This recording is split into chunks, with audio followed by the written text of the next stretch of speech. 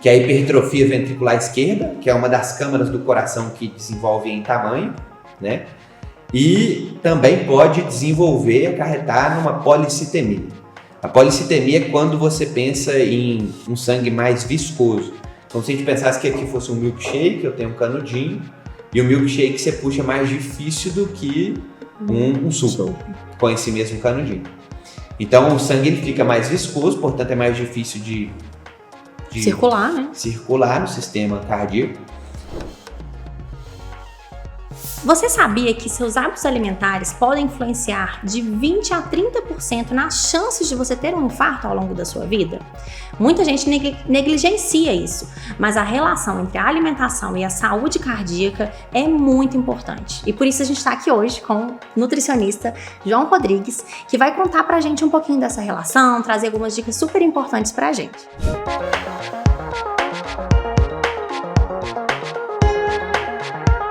Então, inclusive tem um caso clínico lá na clínica, na minha clínica JR, né?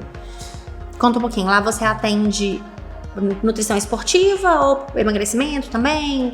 Como que é? O meu nicho de atuação predominante é a nutrição esportiva, então eu trabalho muito com jogadores de futebol, lutadores, atletas de combate, né? Atletas do futevôlei também, trabalho muito. Então, lá na clínica a gente trabalha nesse modelo multifatorial, né, multidisciplinar, no qual envolve o trabalho médico, o trabalho da nutrição. E, assim, um caso que eu ia comentar importante, ele é um atleta, né, ele era um atleta de triatlon, no caso, ele é um atleta de triatlon, ele não faleceu não. Que bom!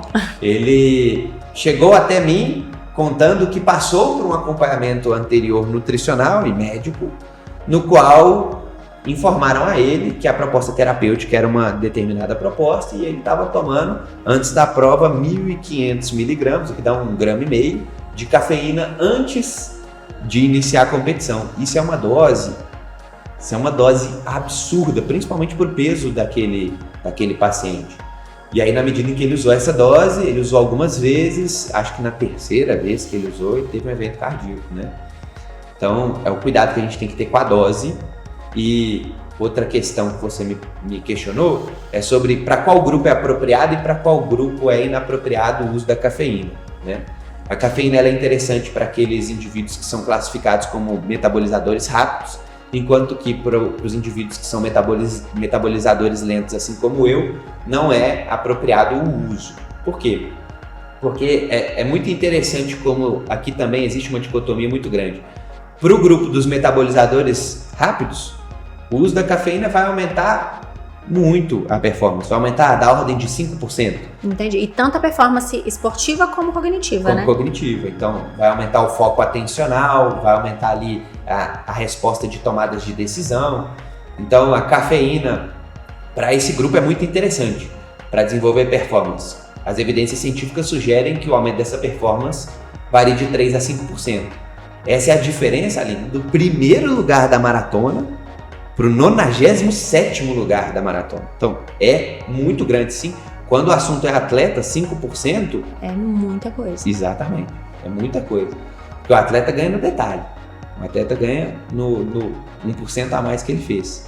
No 0,01% para ser mais preciso. Com certeza. Enquanto que para outro grupo, que é o grupo de metabolização lenta, que é o meu grupo, a tendência é que aconteça um maior aumento do estímulo excitatório cerebral, do sistema nervoso central, e nesse caso a pessoa, o indivíduo, vai ter problemas de angústia, ansiedade, o que pode retratar, em se tratando de performance, uma queda de até 16% de performance.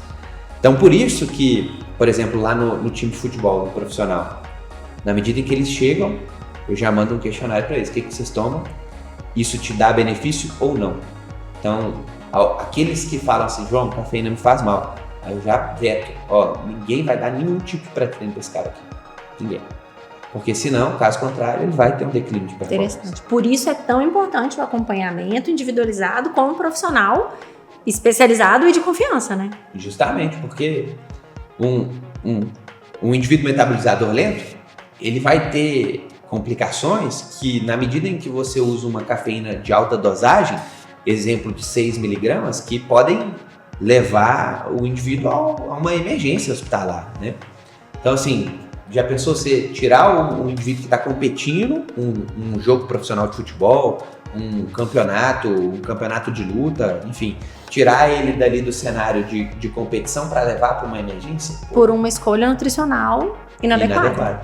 Justamente. Com então certeza. tem que ter esse cuidado. Esse cuidado é imprescindível. Com certeza.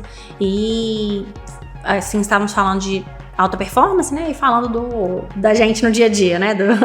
Do nosso dia a dia. Essas miligramas, você consegue dar um comparativo para a gente visualizar quantas xícaras de café, alguma coisa ali a gente calcula pelo nosso peso? A gente consegue calcular, é um cálculo um pouco menos objetivo, claro. Afinal de contas o café ele pode variar devido à plantação, devido ao solo. Ao próprio preparo também, que eu posso colocar água de mais ou água de menos. Né? Maravilha, é o próprio preparo, mas comumente uma xícara de café expresso vai ter da ordem de 32 miligramas a 50 miligramas de cafeína. Então não é muita coisa, contudo o acúmulo dos combinados pode levar a um evento prejudicial também. Exemplo de um outro paciente, ele consumiu ali, se eu não me engano, no dia foram 5 litros de Coca-Cola. Coca-Cola é riquíssima em cafeína. E em conjunto a isso, usou muito da cafeína do café e tomou um pré-treino. Passou da dosagem, também teve um evento cardíaco e, graças a Deus, está vivo, mas graças a Deus aos hospitais e a toda a indústria que apoia.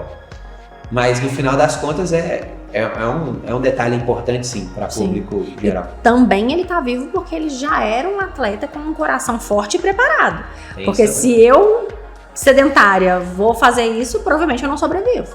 Perfeito. E outro adendo que eu vou colocar aqui na nossa discussão, que é um fármaco que vem em uma catálise absurda aí do século XXI, aconteceu muito no século passado também, da ordem de 1980 para cá, já existia muito do abuso, né? Que é o uso de recursos ergogênicos, né? Que são os esteroides androgênicos anabólicos. E principalmente para essa galera que usa o esteroide de forma underground, que a gente fala. Sem uma prescrição médica e sem a fiscalização de uma indústria naquele cenário. Então ele deixa de comprar na farmácia, compra do brother da academia, do mercado paralelo e vai treinar. E isso daí pode acondicionar o indivíduo ao que a gente chama de... São duas grandes situações em um contexto de sistema cardiovascular, né? Que é a hipertrofia ventricular esquerda, que é uma das câmaras do coração que desenvolve em tamanho, né? E também pode acarretar numa policitemia.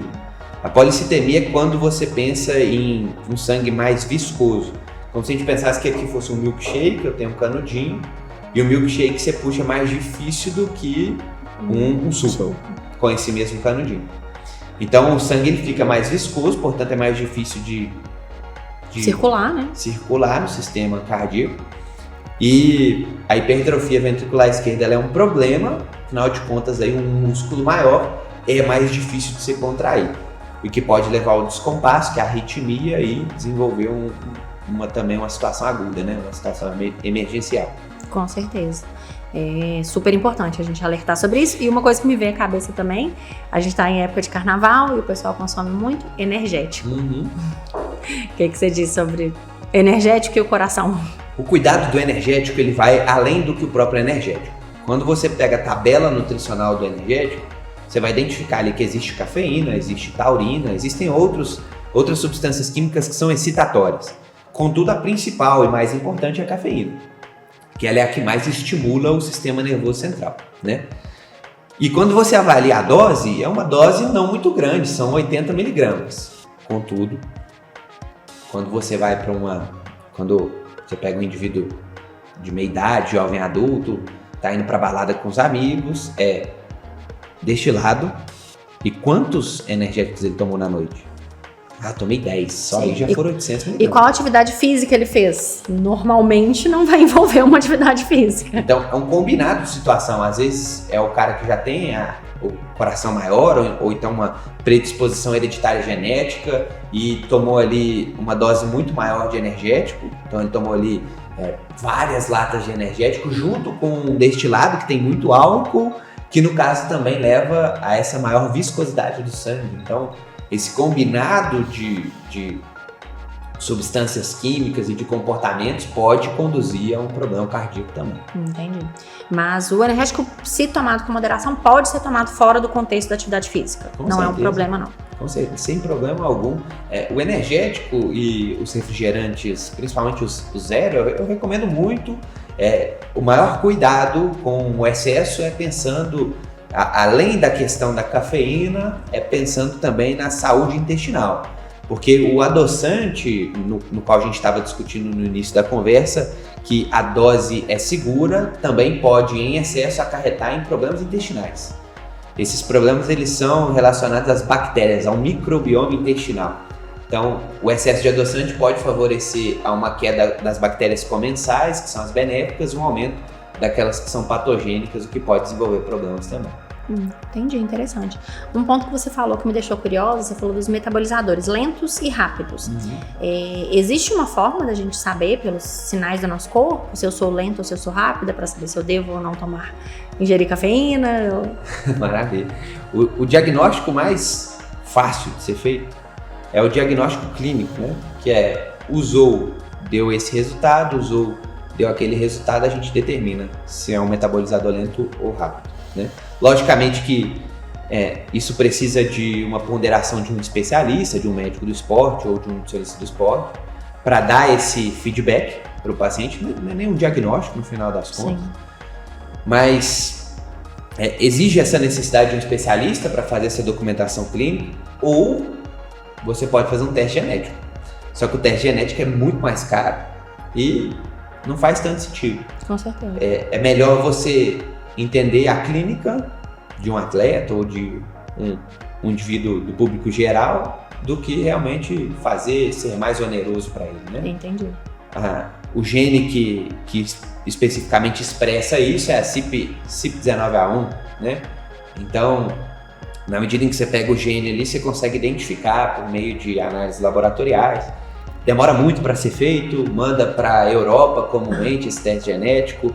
O resultado vem depois de 30 dias ou mais, então assim, não acho que é o melhor meio. Sem necessidade, né? Eu acho que ainda não é o melhor meio, porque o estudo da genética é o que mais acende, né, o que mais catalisa na medicina de uma forma geral. Acredito que será uma futura ferramenta que vai contribuir muito com as áreas médicas, mas a priori ainda não é funcional na clínica. Com certeza, né? A ideia é o acompanhamento, a proximidade com o profissional médico e a consciência também, né? De prestar atenção nos sinais do nosso corpo, né? Justamente. Então a gente falou dos alimentos prejudiciais para a saúde do coração e quais são os alimentos benéficos, o que a gente deve procurar fazer para fortalecer nosso coração. Maravilha. É difícil falar isso, resumir isso em grupos, né? Porque é aquilo que a gente sempre tá conversando por aqui. Aquilo é bom para um determinado grupo e aquela situação contextual pode não ser interessante para um outro grupo, né? Mas no final das contas, o primeiro tratamento indispensável para evitar um futuro problema cardíaco é o interrompimento da obesidade. Então, essa epidemia na qual a gente vive hoje da obesidade, ela deve ser contornada por mudanças de estilo de vida, e o tratamento multimodal, multidisciplinar é o que a gente tem de maior evidência científica nesse campo, né? Então a gente tem que evitar essa ascensão da obesidade, porque essa obesidade acarreta em resistência à insulina, síndrome metabólica, acúmulo de gordura visceral, o que acarreta nos problemas cardíacos, né?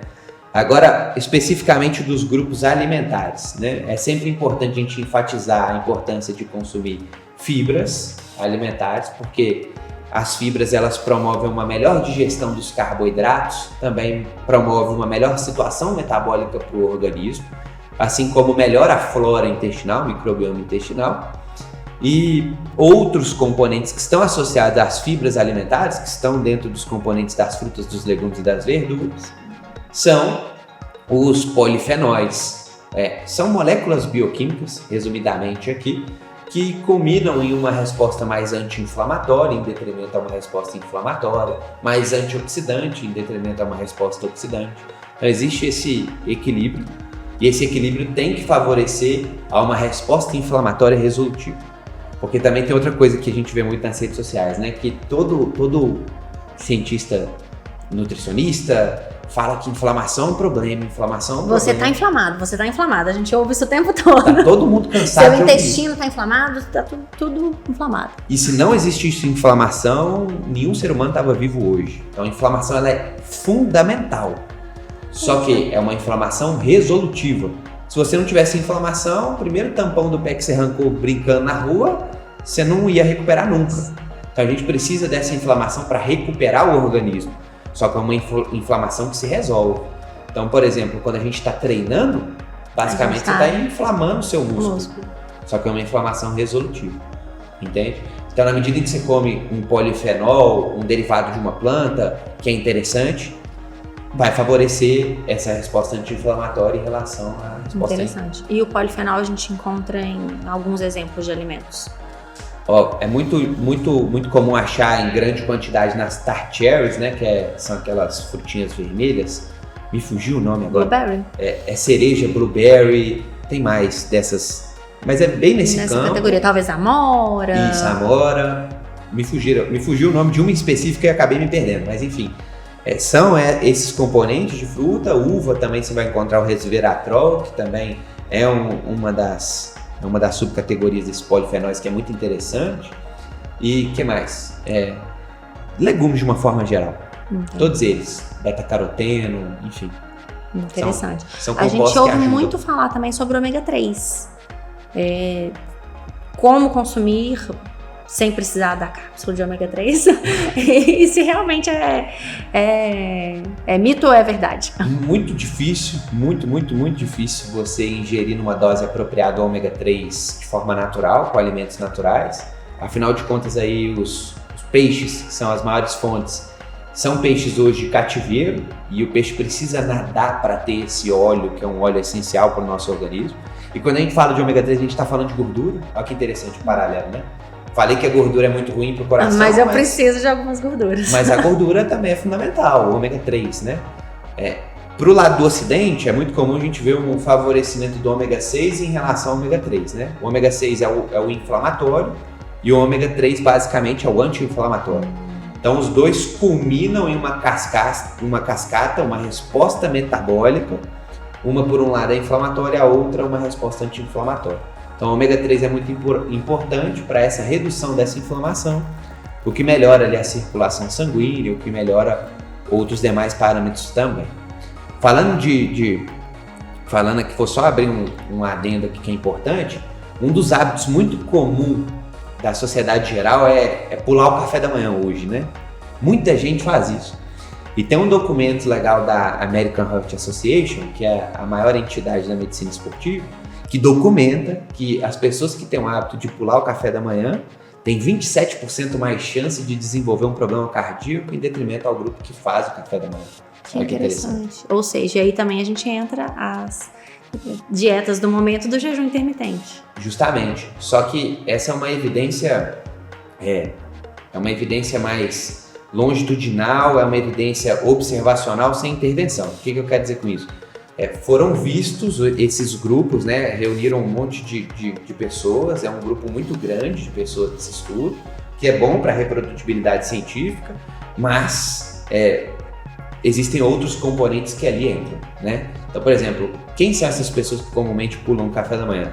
É quem está dormindo tarde, é quem está dormindo mal, é quem acorda de maneira inadequada, vai acordar 11 horas da manhã. É o grupo de pessoas ali que... Estressado, que não tem tempo de tomar um café. Estressado, que jantou muito mal na noite anterior. Então, assim, o grupo de obesos, mais normal, que tem uma apneia obstrutiva do sono, enfim. Então, existem esses viés, né? Mas é muito interessante de reforçar a importância da alimentação naquilo que é a nossa saúde. Sim. O que eu vejo do pular o café da manhã, exceto as pessoas que estão fazendo um jejum intermitente, muita gente fala, eu não acordo com fome, eu não tenho fome de manhã. E o que você diz? Primeiro, se isso é um problema, e segundo, se não for um problema, ou mesmo que seja, o que eu posso fazer? Comer mesmo sem fome? É uma quebra da nossa situação fisiológica natural, né? Afinal de contas, aí, ter fome no período da manhã é o mais normal. tal modo que você passou uma noite, 8 horas de sono, sem nenhuma alimentação, como que você acorda sem fome? Então, ou a pessoa comeu algo muito ruim na noite anterior, ou esse estresse está interferindo na vida dessa pessoa. Eu comumente vou reintroduzindo esse café da manhã nesses pacientes, né? Então, por exemplo, mulher é mais comum de ter essa dificuldade com o café da manhã. Então, eu uso para facilitar alimentos líquidos. Então, a gente pode fazer ali uma vitamina de whey combinada com combinando leite, combinando aveia, combinando whey protein, combinando uma fruta. Então, a gente vai desde o carboidrato bom, a proteína boa. E dali em diante, a resposta mais comum é: passou 2 meses, 4 meses, 6 meses, João, tô ficando com fome. E isso é um ótimo sinal. É um ótimo sinal. É um sinal que o corpo está voltando àquilo que é a fisiologia natural, né? Fome é natural. Que legal. Então, é um bom sinal se você acordar com fome, então. Justamente. Não, é bacana. Você comentou a respeito de um caso, 2 casos, né? Você tem alguma outra coisa que você se lembre, ou por ter sido muito inusitado, ou por a mudança da alimentação na vida da pessoa ter sido transformadora, assim, que você se lembre? É um pouco mais difícil te falar, porque muitas pessoas acabaram não desenvolvendo uma complicação derivada daquele mau hábito, né? À medida em que ela passou por aquela trajetória que foi proposta. Mas tenho diversos casos lá na minha clínica que eu tirei a pessoa de um estado de diagnóstico patológico. Hoje, inclusive, eu publiquei isso nas minhas redes sociais, que à medida em que eu conduzi um caso clínico, que eu fiz o tratamento em conjunto a um médico endocrinologista que trabalha comigo, a gente conduziu a mulher à remissão de uma anemia ferropriva. Em paralelo a isso, a mesma mulher ela apresentou uma saída também, uma remissão daquilo que seria o diagnóstico de obesidade. Hoje ela já está com 23% de gordura. E dessa obesidade que ela tinha várias medicações que ela usava e hoje todas as doses foram diminuídas. Que é desde o alopurinol, as estatinas, o remédio para controlar a glicemia. Então, tudo que é o sistema fisiológico dela a gente corrigiu. E não é só esse caso, mas diversos outros que vão para esse mesmo sentido. Na área do esportista, da competição dos atletas, a gente vê mais na prática o resultado no campeonato em si. Do desempenho, né? No desempenho. Então, João, tomei aqui cafeína, cara, mudou meu ritmo, mudou meu ritmo de jogo, tô muito feliz. Alguns triatletas que eu atendo também, eu recebi um áudio aí esse final de semana agora de um triatleta que correu ao Limits, aqui em Nova Lima. E ele, ele me chama de doutor João, meu Deus do céu, cara, você é o cara. Foi legal demais, eu fiquei do início da prova ao final da prova cheio de energia. E isso daí engrandece muito, né, na Bresca, que é o nosso trabalho.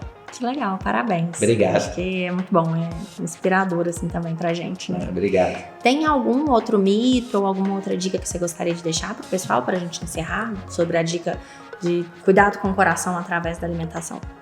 Tem tanto mito na nutrição, que assim, dá pra fazer uma bíblia de mitos da nutrição, né? E que todo dia surge um novo também, né? Mas no final das contas, pra mim, a dica primordial dentre as alternativas que você tem de escolha de um profissional, escolha aquele que usa prática baseada em evidências.